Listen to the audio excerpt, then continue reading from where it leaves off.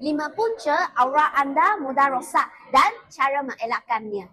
Pertama, mencuci menggunakan air yang terlalu panas. Air panas dia boleh melemahkan struktur fiber kondensi dan menyebabkan pakaian kehilangan bentuk. Jadi, cara mengelakkannya adalah apa?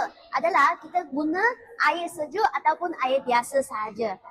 Air suhu rendah. Jangan guna air yang terlalu panas. Kedua, apabila kita cuci menggunakan peluntur ataupun bahan kimia kuat, ini pun akan merosakkan aura pants anda. Kerana apa?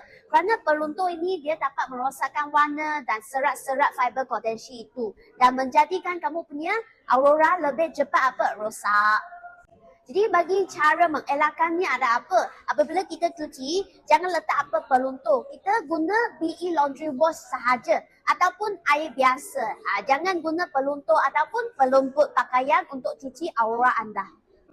Yang ketiga, guna Guna mesin cuci ataupun mesin pengering suhu tinggi. Kerana apa? Haba yang tinggi dia boleh mengkurangkan keanjalan fabrik dan menyebabkan pengkejutan. Jadi kalau anda kata tak nak korang punya pants, lari bentuk, jangan guna itu mesin, guna tangan cuci. Cara mengelakkannya adalah kita jemur kita punya aura series di tempat yang teduh saja, tempat yang ada angin. Jangan di bawah matahari. Yang keempat, pemakaian saiz yang tidak sesuai. Ini pun salah satu sebab punca aura anda mudah cepat rosak. Kerana kalau kita pakai terlalu ketat, dia akan memberi tekanan berlebihan pada jahitan dan fabrik itu.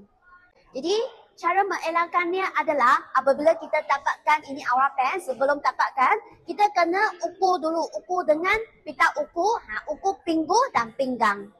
Dan of course, elakkan memaksa diri untuk pakai saiz yang kecil. Sebab yang last sekali adalah geseran berlebihan semasa aktiviti harian. Macam apa? Geseran dengan permukaan kasar, kerusi ataupun aksesori-aksesori yang akan mentoyakkan ini fabrik.